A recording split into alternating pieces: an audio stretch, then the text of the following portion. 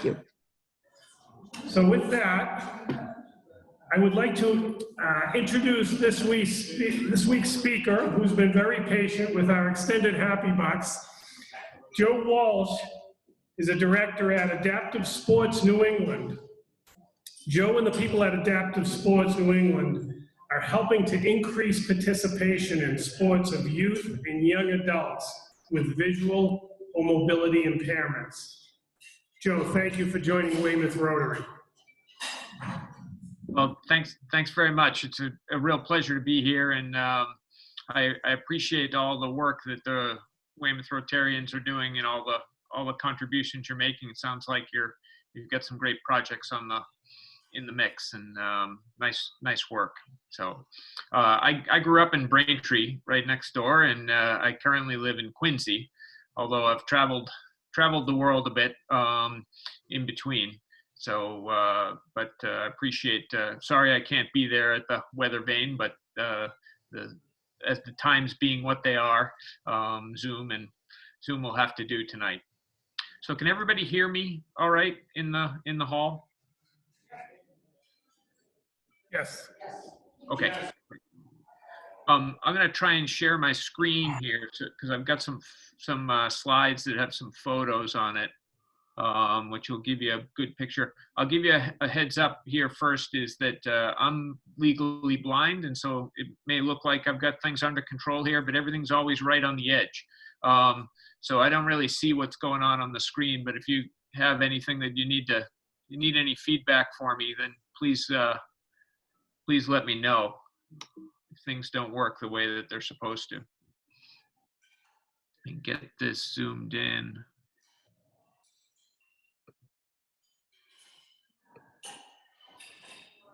Okay. Great. Does that come up right? Yes. Okay, great. So I'm here to talk about Adaptive Sports New England, and as you just heard, our mission with Adaptive Sports New England is to increase the participation in sports by youth and young adults who have either a visual or a mobility impairment. And that's a tribute to the Paralympic sports, which are centered around youth or athletes who have visual and mobility impairment. So that's the group that we have here. To answer the question up front, that match lines up with Special Olympics, and that Special Olympics serves individuals who have intellectual impairments. So we do many of the similar activities. We work alongside Special Olympics, but serving different populations of people who have disabilities. So I'll start off a few bits here with my story. I started off as a baseball player when I was younger, but being legally blind, that wasn't necessarily the best choice. I think my overall lifetime batting average was something just nearing above zero. But I played for 7 seasons. Being on the team was really important, and my parents had a great vision for me being, part of a team and being involved in sports and engaged in sports, and I loved it. It was a whole lot of fun, and but it's important for kids. That's part of my dedication, is that it's really important for kids to be able to play sports and be part of a group, know what's going on with peers and be in that kind of fun environment. As it turns out, I was a lot better at cross-country skiing than I was at playing baseball. And I learned to ski when I was a student up at Dartmouth, and skied on the team there, and went on to ski internationally for the USA at the Paralympic level, skiing in the Paralympic Games in 1988 and 1992. That set me up for my career, where I served on several boards and committees, eventually ended up as the managing director of Paralympics for the U.S. Olympic Committee, what's now the U.S. Olympic and Paralympic Committee, out in Colorado Springs. I spent 10 years doing that. And when I was done with that project, I came back here because the primary challenge that we saw at the Olympic Committee was that there weren't enough kids who have these types of disabilities playing sports. So I formed Adaptive Sports New England in order to solve that problem, at least here in the Boston area, and across New England. Our motto being, let's get more kids playing more sports more often, and focusing on that population of kids who have either a visual or a mobility impairment. And why do we want to do that? Well, we want to do that because sports are fun. They also build strength and fitness. They're good for the body, good for the soul. And in the bigger picture of things, they really do build resilience and confidence, which are really important life skills. Kids like Delmas there, they really have fun playing sports, and they don't realize what's happening to them, but they're growing up into adults, and helping them build those skills right up front.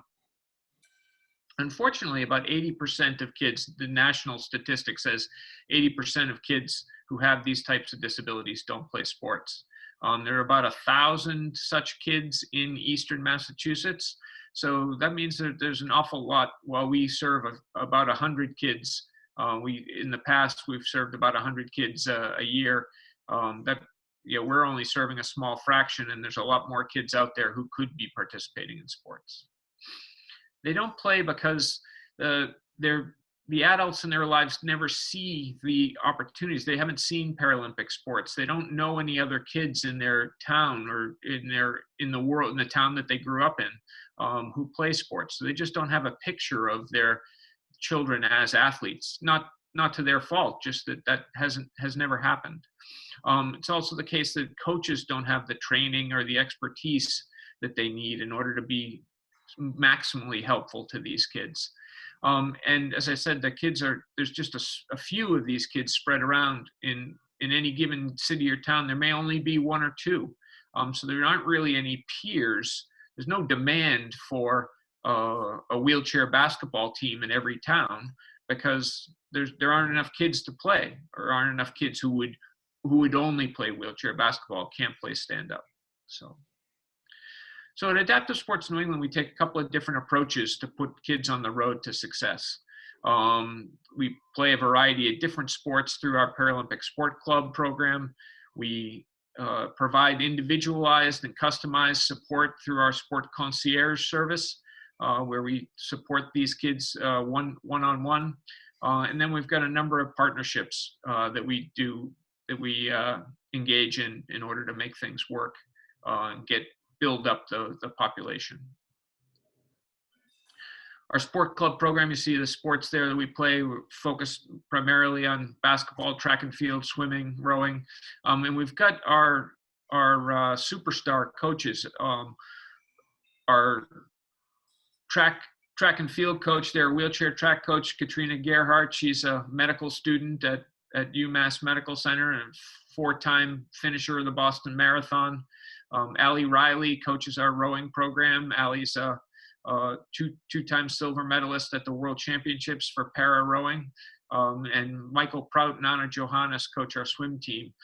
They're both Paralympic medalists and do a great job. These kids, they work with these coaches, and the coaches have got instant credibility with these kids because of their own athletic accomplishments, and it works out great. Gathers kids who have the same type of disability together, so that they get camaraderie and a little bit of teamwork with that, and can build their confidence with the premise that many of these kids also participate in able-bodied programs and open programs, and we give them the special skills that they need in order to be successful there. Our Sport Concierge service, as I said, is individualized. We solve the problems that need to get solved. In this instance, we worked with the school committee so that they ended up buying a full-size bus with a lift so that Timmy could ride to his middle school track and field competitions with his team. The school originally had said, well, yeah, he can be on the team as long as his mom drives him. Well, that's not part of the game. I mean, half of being on a sports team for school is riding the bus. So we got Timmy a bus. I mean, we didn't get it. The school department got it, but we worked to advocate for it so that he rides the bus to school now every day. They use that bus to take care of him to give him his day-to-day transportation to school. We've got some great partnerships with groups like the Mass Commission for the Blind, Boston Children's Hospital, where we do some recruiting to get more kids playing. All the clinicians there know us and make referrals. We work at the MIAA, the High School Athletic Association, to make rules so that kids can play on the school sports. We work with groups like the YMCA, the Quincy YMCA. We've got a great program, strong affiliation with the Quincy YMCA, where we run our swim lessons programs, and we run some basketball and other programs there as well. But we have several YMCA partnerships. Here are a couple of our alumni. Josh Winsper, a graduate of Bridgewater State University, who was a 4-year varsity letter winner for Old Rochester Regional High School and benefited from our MIAA partnership. And you met Katrina Gerhard earlier. Katrina went to Acton Boxborough High School and then went on to compete on the University of Illinois' wheelchair racing team, a specialized team that they have out there. So we serve about 100 kids a year, but we're really on a pathway to try to make that a lot more.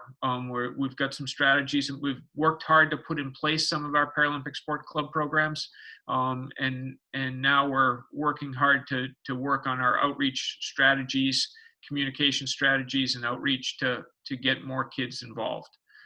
So we're confident that those kids can play either with us or with other organizations that are closer to their homes, that are nearby.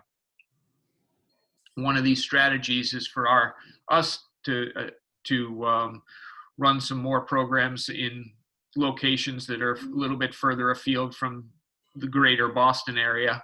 And we've got a good partnership up in Andover, and we're working on some out near the Worcester area and a little bit south of the city, so that we can bring more sports closer to home for more kids. This is Madeline Babcock. Madeline's one of our superstar swimmers. She's a great kid, and has swum with our program for 5 years. She attributes a lot of her success in life and in sports to participating in sports. One of the great stories about Madeline is, she was able to join her high school swim team. She's legally blind, and she was able to join her high school swim team because she had the training that we had given her, and that really set her up for success in school when she was a freshman, giving her an immediately establishing for her a cadre of friends that she was able to lean on for support in school. And we're back full circle here to our why we're at Adaptive Sports New England. I made it my personal mission when I left the Olympic and Paralympic Committee, to give back to the kids who have these types of disabilities and give them the opportunity, some of the opportunities that I had.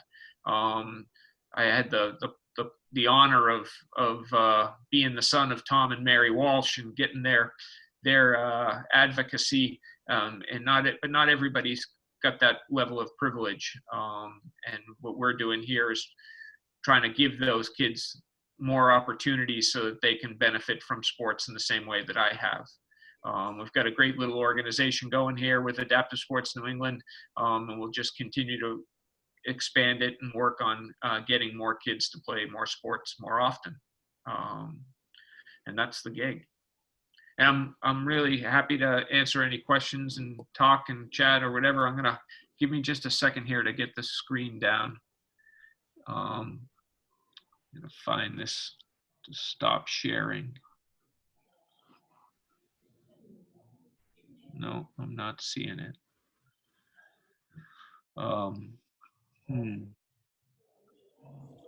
There's somebody there who can help me. Who's driving the show? Here we go.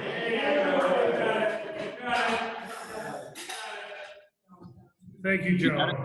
Okay, great. Yes. Thanks very much. Thank you. Do we have any questions for Joe, either people zooming in or in the audience? So Joe, the strength, resiliency, and determination of these athletes is something that we can all appreciate, and their inspiration.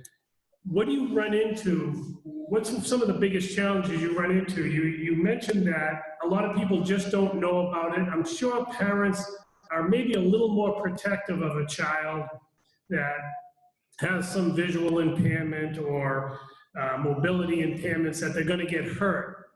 Is it a challenge to win parents over to allow their children to participate?